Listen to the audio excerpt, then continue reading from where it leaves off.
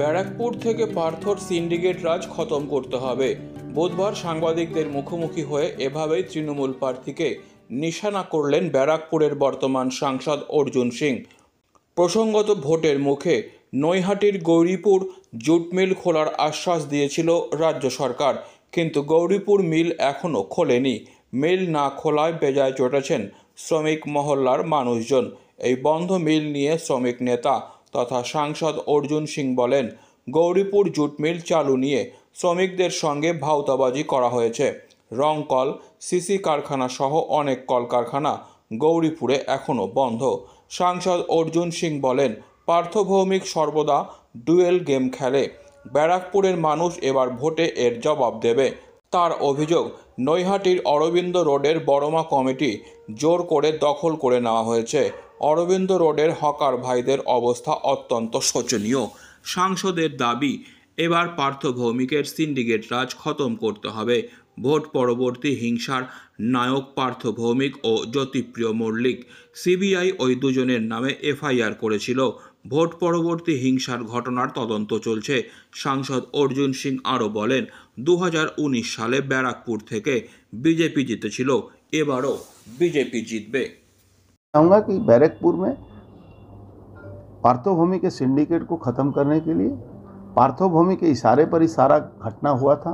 आपने देखा होगा कि सीबीआई की रिपोर्ट में भी आई थी कि पार्थोभौमिक और ज्योतिप्रिय मल्लिक ये दो आदमी इस पोस्टपोल वायलेंस के नायक थे। उनके नाम से एफआईआर भी किया गया था।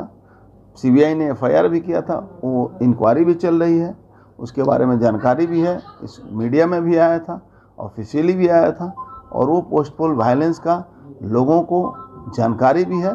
इनके कहने से इनके सिंडिकेट का खिलाफ लोग पक्ष में आएंगे, ऐसी कोई बात नहीं।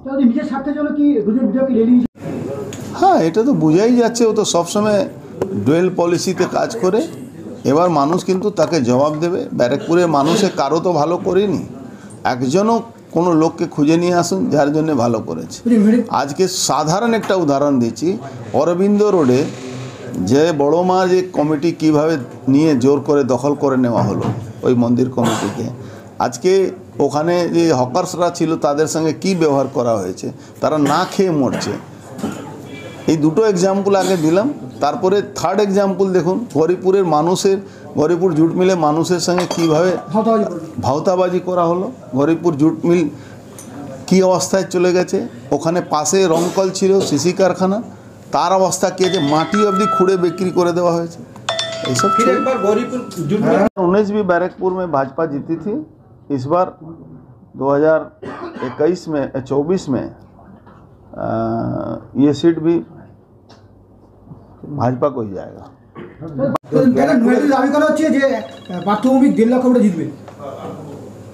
সবাই দাবি করে, এর মধ্যে কি অসুবিধা আছে? 2 লাখ ভোটে 1900 দাবি করা হয়েছিল, কি জেতা হয়েছিল? Disclaimer. This channel may not promote any violent, harmful or legal activities. All content provided by this channel is meant for an educational purpose only.